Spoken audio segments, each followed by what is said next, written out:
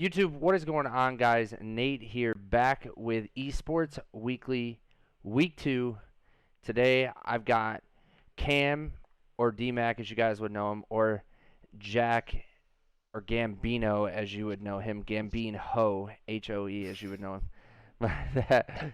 So, today, we're basically going to be talking HECZ's move to NRG. We're going to be talking the CDL, and we'll be talking... basically, just the roster changes, who we think is going to be the best, and then we're going to kind of just base the whole conversation off of that. So I want to start with Hex just because leaving Optic, I mean every video that he's put out has said the same thing. I couldn't see myself doing it. This is weird doing it. I still don't feel comfortable. And for me, we were having this discussion before the podcast started, but of all places that he could have went to Hastro at Envious. He could have went to Complexity. He could have went, to 100 Thieves with Nate Shot, which was a big talk. NRG is not, like, no one even talked about that. Like, how does he end up there at NRG? Jack, what is your? We've spent a lot of time talking about it. Like, your opinion on it. How does he end up at NRG over those places? I mean, here's what you gotta think. He built that roster because he's following Scump and Formal. So you think that it was purely they have the Chicago spot. This is where I'm selling my players to. This is where my Gears of War team has went. This is where my CSGO team has went. That's where I'm going. Yeah, I mean, why not? So there was. I mean, it's not by coincidence goes to the Chicago team that has his Optic players on it. Like, Yeah, Dmac, I know that you said that you weren't like as up to date on Hex and whatnot, but still being envious, like good friends and whatnot. Long term wise, is this a mistake following a Call of Duty team that last year wasn't winning?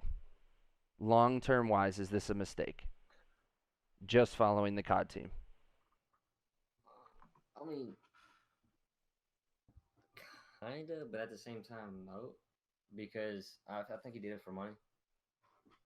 But cause like you said, envious. He was really good friends with him. They didn't. They didn't do so hot last year, did they? I guess, yeah, I guess that's true. So you think that the contract at NRG was really big? Yes, I just think it's for money. I think most of these people that make random moves is because of money.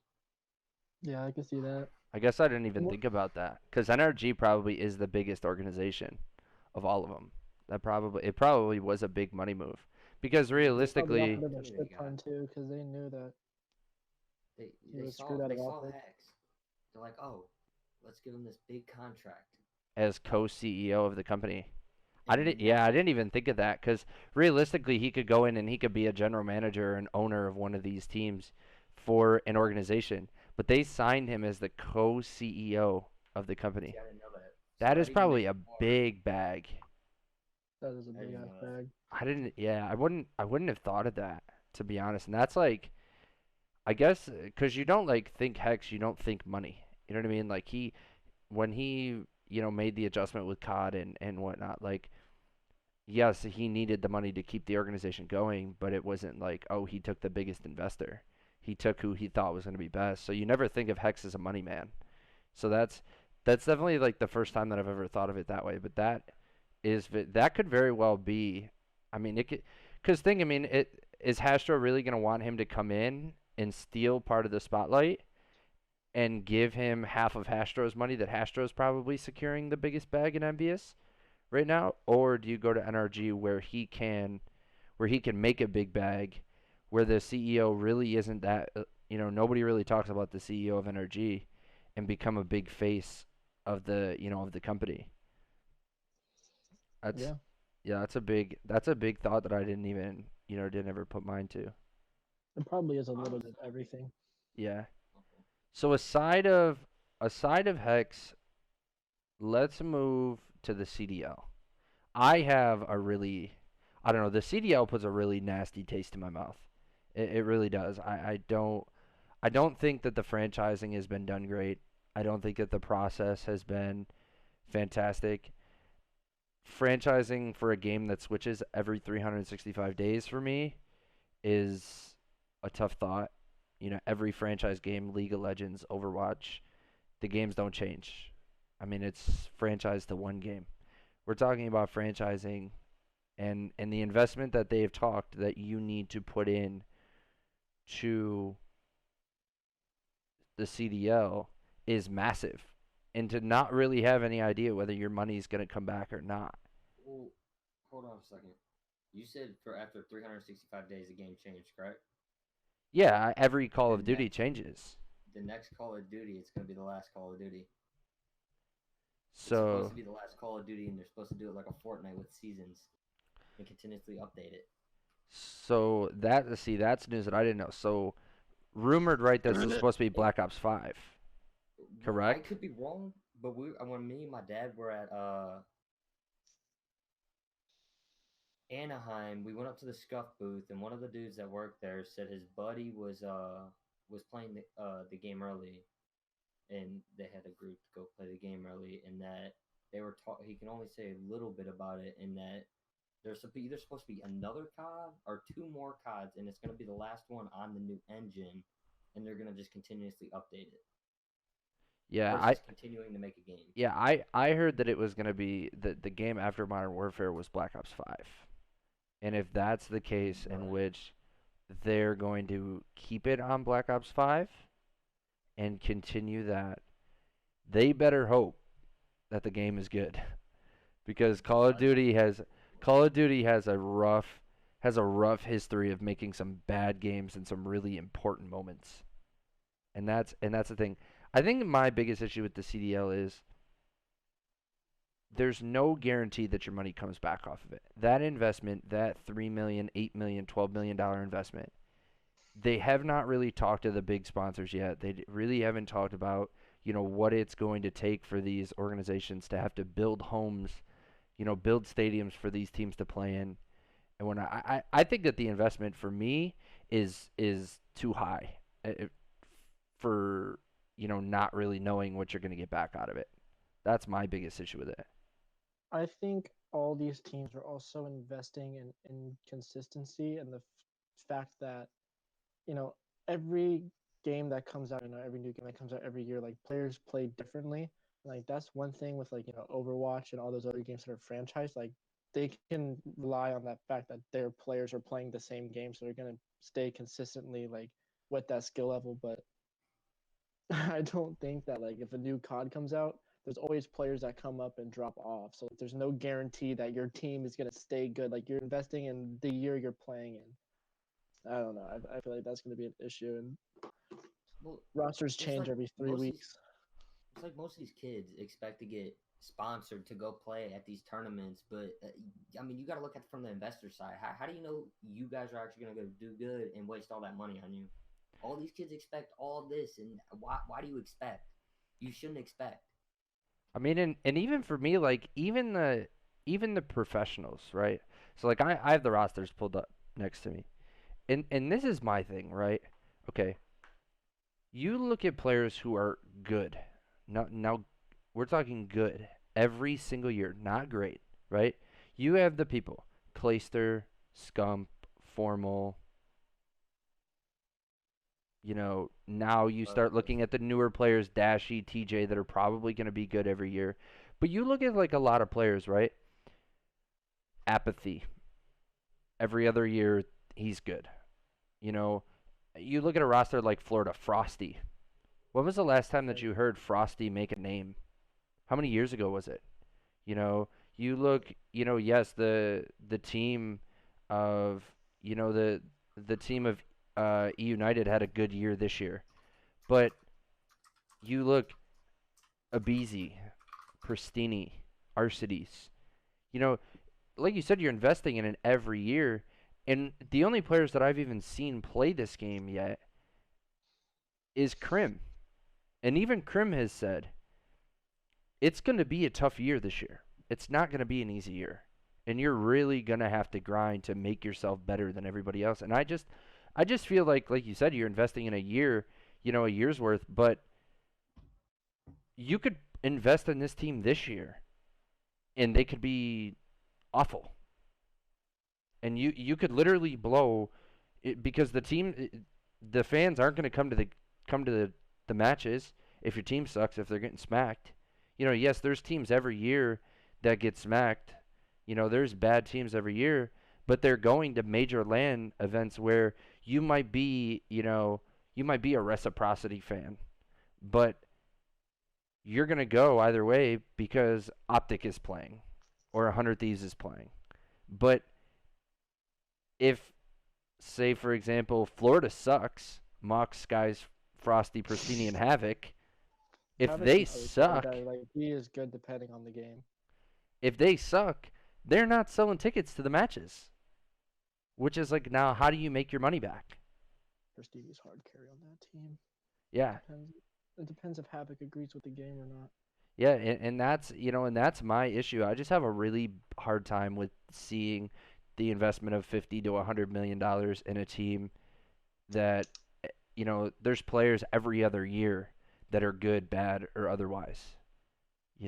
I just don't know how you continue. I just don't know how you continue to do it, nor how they're going to handle with constant roster changes. Call of Duty is a roster change Do you esports. think roster man dissipates because of this? Because all these players are now under contract for franchises. Is roster mania a thing anymore? Or do they have to commit to having to deal with these teams now? Like, is that culture of being able to change when you're bad gone? I mean, I gotta think where you're at. If you're signing into a contract, you're either playing and dealing with it, or you're sitting the bench.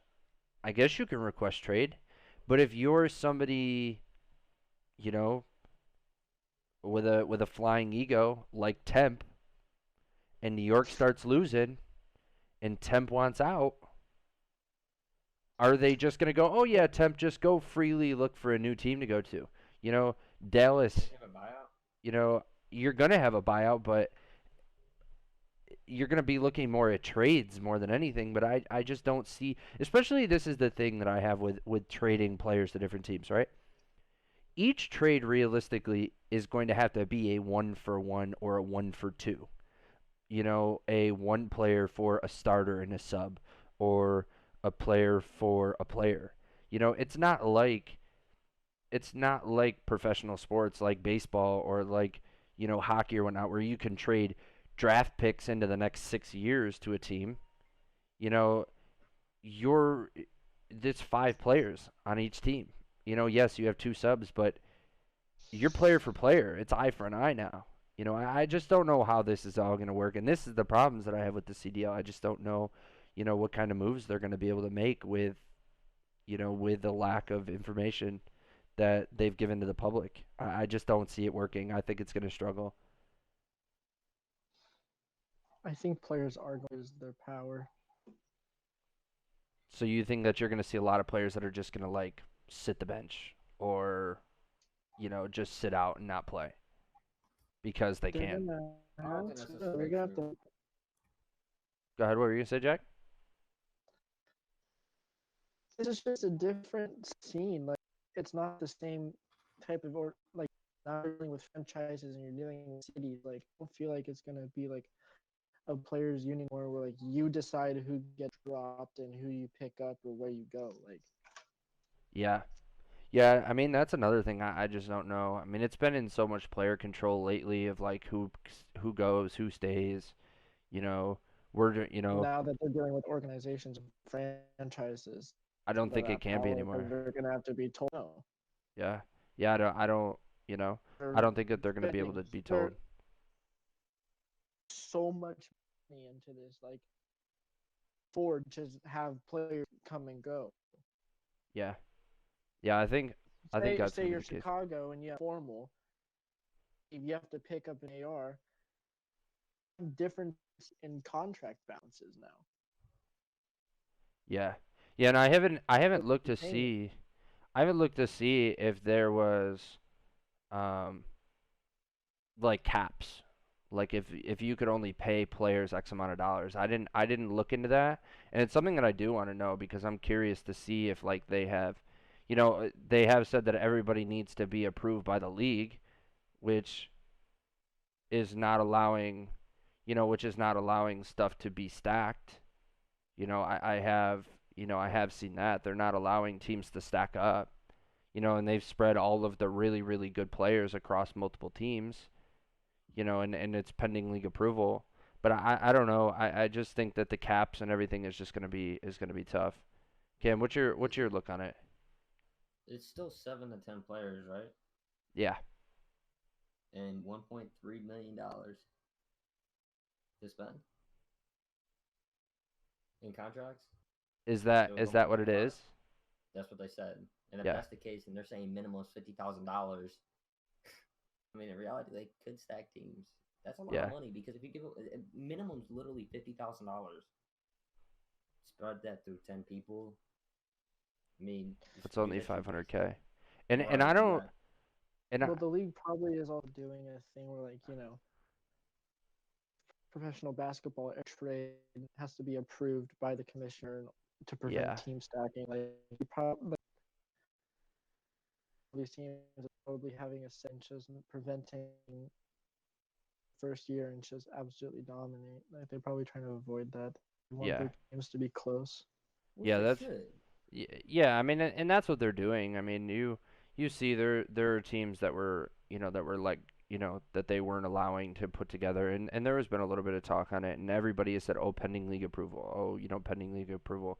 And I think it also and I think it also gets weird because a lot of these guys, Scump, Formal, TJ, Dashy, they're restricted free agents coming out of organizations. They're not just free. They didn't. Everybody's contracts just didn't end. Everybody became a restricted free agent, and each player had to make negotiations and buyouts, and there was a lot of different stuff that had to go on to put these teams together. Um, I'm curious to see how it goes. I'm not gonna hate on it. I'm not gonna hate on it. I'm gonna support it. I don't know what team I'm gonna support yet. I mean, I got, in Chicago, you have Hex, in New York, as a business standpoint, I'm a big fan of Gary Vaynerchuk, which is invested in New York. Um, I don't Gary know. Vee's a good name. Yeah, yeah, he's one of the main investors in the New York team. I don't know that. That's cool though. I don't think that I can be an Immortals fan in LA. I don't think I can do it. Um, you know, maybe a team in Dallas, but I've never been really a huge fan of Crim. Um, but I guess that just is where we lead up to, and we'll wrap it up. I didn't realize Alien Shotsies was on Dallas. Yeah. Dallas might go hard. So, Jack, your team to watch in year one of the CDL. Who's coming out on top? My team to win. Your team to win. My team to go out there and win is Chicago. My team to watch is Atlanta. So you're saying the team of Scump, Formal, Gunless, Arcides, and Envoy is the team to win. I think You're Scump saying has his AR behind him now. you're They saying have Simpa, Gunless, who's BZ, a consistent Priesta. talent. Arcides is another AR. Gunless could be their main flex. And Envoy, rookie last year up for console player. He come out there with the subs, Scump and Envoy. You saw what Envoy could do last year on Gen G. Holy shit, he would fry the shit out of people. Yeah. Man, and I didn't even notice how stacked Atlanta was until I just looked. How did that possibly get through the I league? think Atlanta is definitely the team to watch, bro. Selly and Simp. Simpa, Oh, BZ, Priesta, Major Maniac, and Celium? How did that get through the league? I'm pretty sure ABZ, Simp, and Celium all used to play wagers back in the day. All used to play tournaments back in the day. So Cam, who's your team to watch this year? Let's put it. I like that. I like the way that Jack did it. Who's your team to win? Who's your team to watch?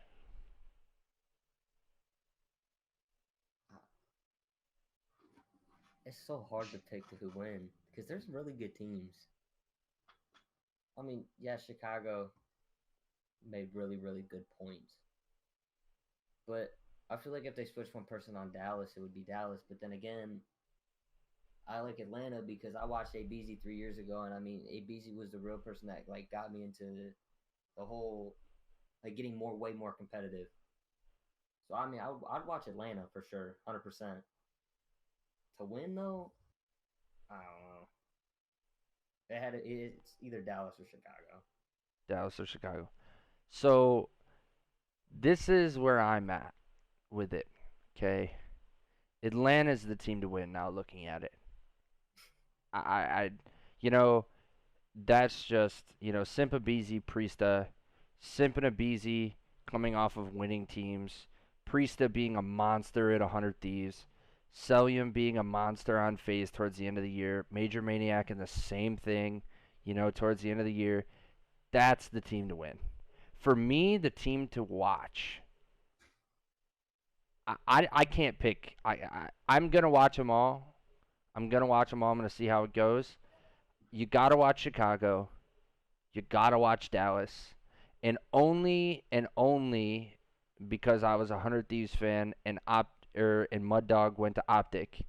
I think that you still have to watch LA at TJ Dashy, Slasher, Kenny, and JCap. The problem that I have with that team is Cap. Cap has been washed, but I think that you're gonna find that he's gonna sit. They're gonna get through a couple of games, and they're going to sit him down. And one of the guys that are sitting on the bench are going to come and are going to play and are going to dominate. And I think that team could be real nasty. Slasher's very consistent. Kenny not so much. But TJ Dashy, putting them together, that you still got to watch them. You do. You got to watch them. You got to see. I like the whole map thing. But I'm gonna be curious to see. I'm gonna try to attend a couple of matches, a couple of tournaments and whatnot. I think that as the information comes about the amateur league, I think we'll do another podcast and talk about the amateur league and just kind of let it, see how it unrolls, and we'll discuss it and whatnot with all of you guys out there. But for now, this has been week 2 of Esports Weekly with Momentum. Make sure to comment, like, subscribe. We're still trying to work out some kinks. Give us some ideas that you guys want to hear, whether it's different games or whatnot, or how we can make it better. But we will see you next week. I think we're either going to talk about Gears of War next week, or we're going to talk about League of Legends Worlds next week. But make sure to stay tuned to the Twitter. Like I said, comment, like, subscribe, follow us on Twitter, and I'll see you next week.